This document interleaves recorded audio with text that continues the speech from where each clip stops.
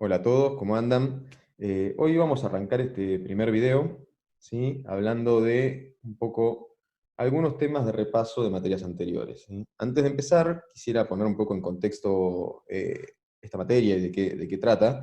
Si bien yo en la diapositiva puse metodologías 3, nada más, eso es simplemente un nombre corto porque parecía que quedaba muy largo el nombre completo, porque el nombre completo, como ven, es Metodología de Desarrollo de Sistemas 3. ¿Sí? Esta materia es la tercera de una serie de materias que hablan entre todas un poco de ingeniería de software, ¿sí? De todo el proceso de análisis, de diseño, la documentación que se genera como parte de esos procesos, los modelos que vamos a estar trabajando. ¿Sí? Lo primero que tenemos que entender en esta materia es que el desarrollo de software es colaborativo, por lo tanto involucra a personas. Eso nos lleva a preguntarnos varias cosas. Por un lado, cómo vamos a organizar un equipo de trabajo, ¿sí? ¿Qué tan grande tiene que ser el equipo? ¿Qué roles se van a tener que cumplir? ¿Qué pasos son necesarios en el proceso? ¿Sí? Normalmente estamos hablando de análisis, diseño, del desarrollo y la implementación, el despliegue, el mantenimiento, todos los pasos son necesarios. ¿En qué orden se van a realizar las tareas? ¿Sí? Todo esto es lo que compone de alguna forma lo que hablamos cuando hablamos de metodología, ¿sí? Estas preguntas que vamos a ir tratando de responder, ¿no? Primero, aclaraciones importantes. Esta es una disciplina que, este, si bien tiene ya varias décadas, sigue siendo una disciplina joven, ¿sí? Entonces hay muchas formas de trabajar, hay muchas opiniones distintas con respecto a cómo trabajar. Nosotros vamos a tratar de mantener siempre, o por lo menos yo voy a hacer lo más posible para mantener la idea de que no hay una sola forma de trabajar, no hay una forma verdadera de hacer las cosas, no hay que comprar dogma. O sea, hay muchos que van a tratar de decirnos, no, tenemos que hacer Scrum porque es la forma correcta, tenemos que hacer, no sé, TDD y Stream Programming. Bueno, no, hay muchas formas distintas y todo depende, siempre vamos a hablar de la idea de un trade-off, ¿no? Hay ventajas y desventajas y depende de los equipos que estemos trabajando, de los proyectos. ¿Sí? Una metodología que se adapte bien a un equipo o a un proyecto puede no funcionar con otro. Eso es importante saberlo. Entonces la pregunta es qué hacemos, ¿no? ¿Cómo decidimos qué metodología usar? ¿Cómo tomamos decisiones? ¿Sí? Entonces tenemos que conocer las opciones. Algunas de las opciones, de las alternativas que vamos a ver en la materia, van a servirnos para tomar esa decisión, ¿sí? Porque por suerte algunos de los fundadores de la disciplina tuvieron en cuenta esto, documentaron lo que venían haciendo ellos y le pusieron nombre. Entonces esas metodologías vamos a estudiar en esta materia. Vamos a seguir con la línea de las materias anteriores, ¿sí? Siguiente que tenemos que hablar es la idea de sistemas, ¿no? El desarrollo de sistemas de software, y en particular, ¿qué tipo de sistema vamos a tratar en esta materia?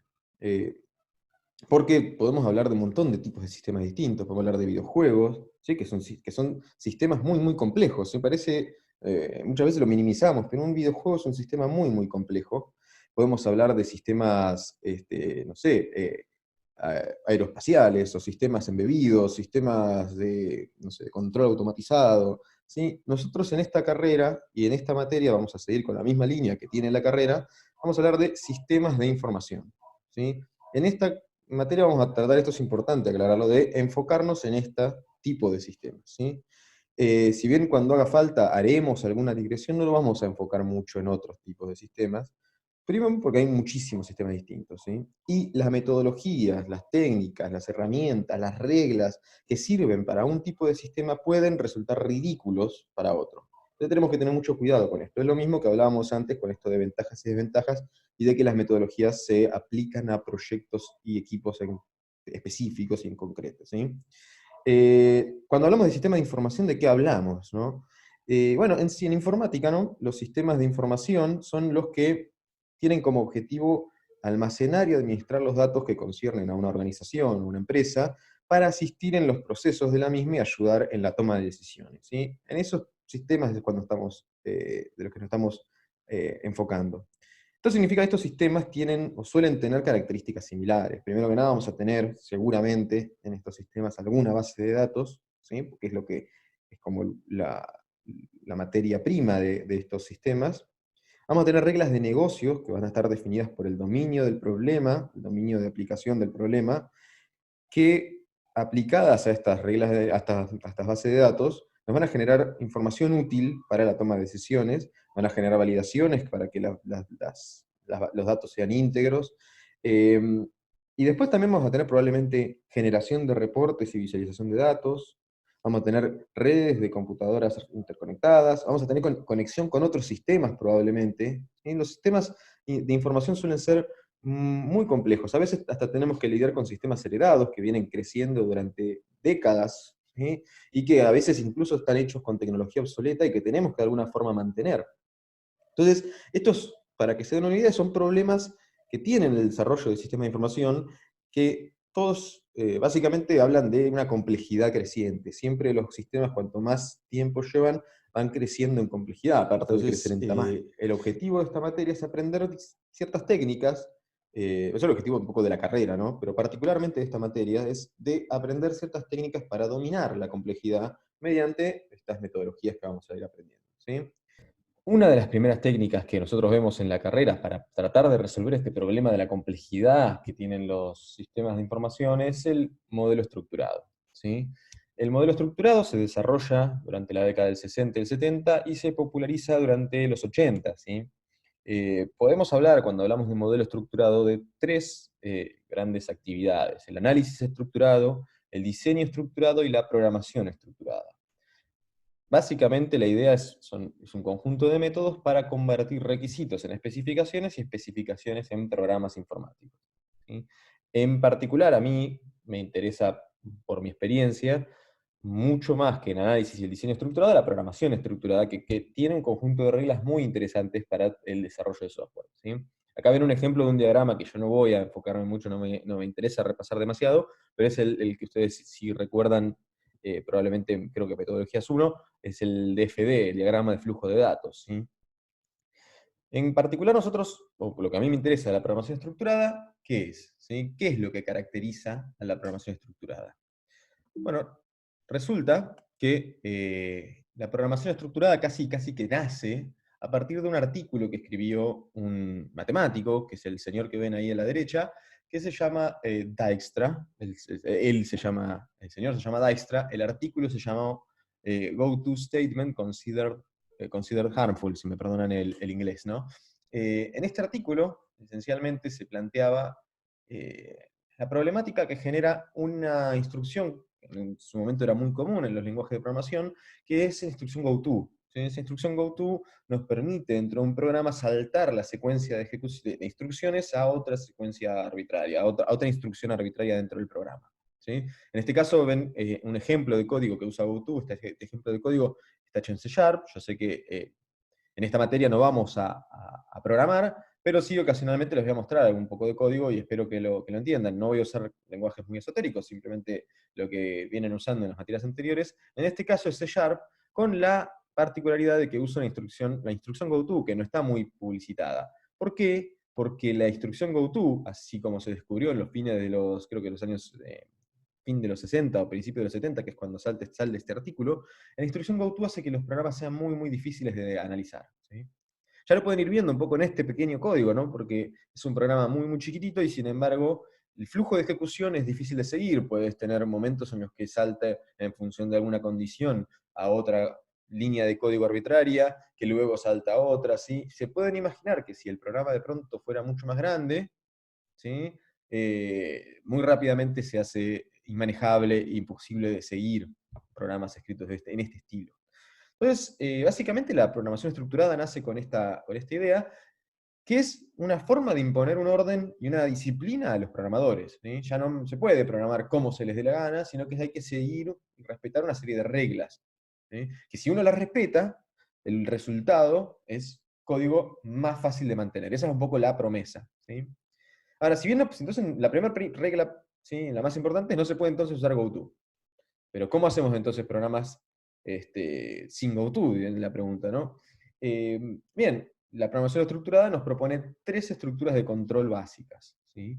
Que hoy en día están tan popularizadas que no les va a sorprender. Son la secuencia, la selección y la iteración o repetición, ¿sí? Que acá tienen tres diagramas muy diagramas de flujo muy, muy abstractos con una especie de ejemplificación de estas ideas. La secuencia es básicamente la idea de que una instrucción sigue a otra en el flujo de ejecución.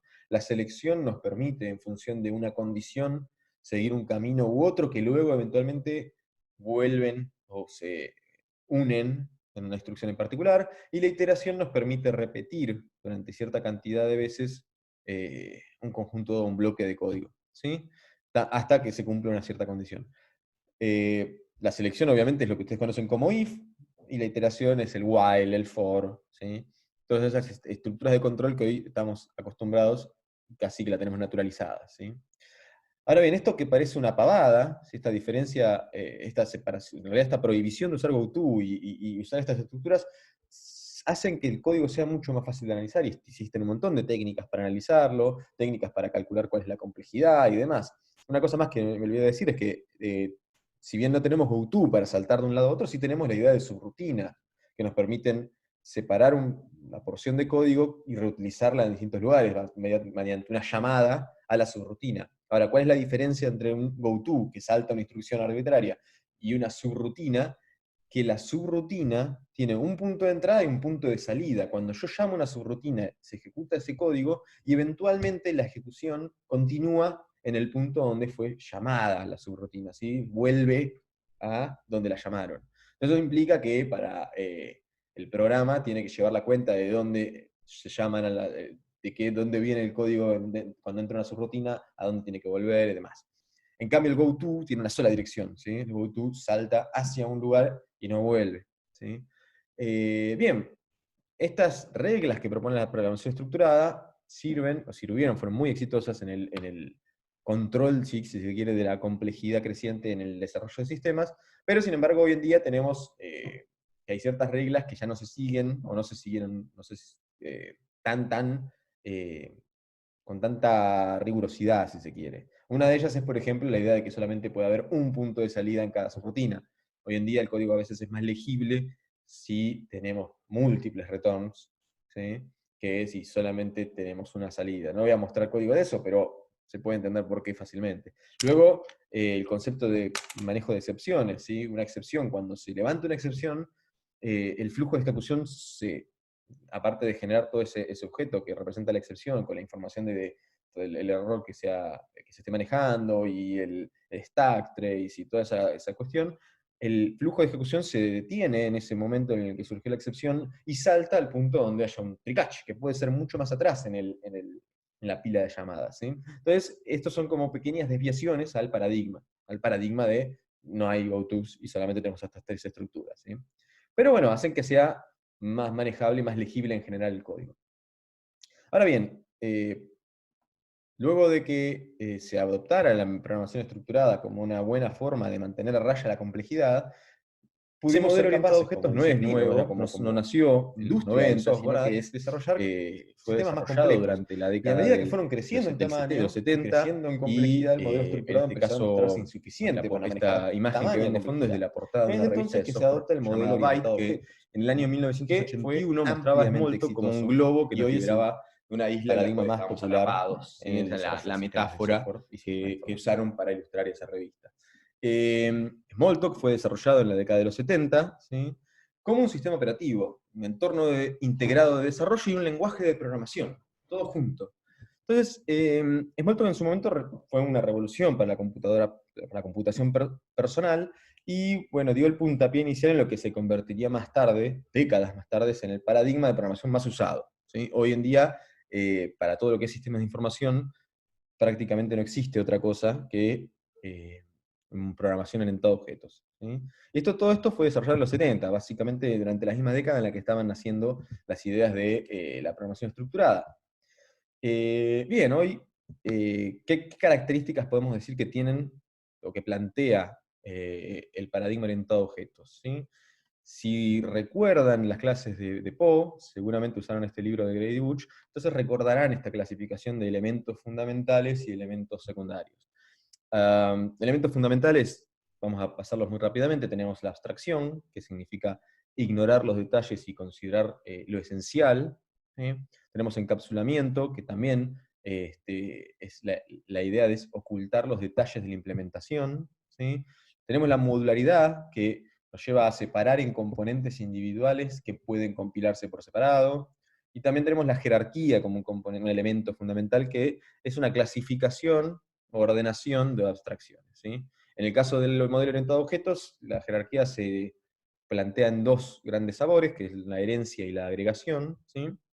Y esos componen a los elementos fundamentales, según Grady Bush, del modelo orientado a objetos. Luego tenemos elementos secundarios, ¿sí? Que habla de tipos acá, de concurrencia y de persistencia. Los tipos vienen a ser según Grady Bush, de nuevo, una caracterización de la estructura y o comportamiento que comparten una serie de entidades. La concurrencia es la organización de programas en tareas simultáneas, y la persistencia es la capacidad de un objeto de trascender en el tiempo o en el espacio, ¿sí?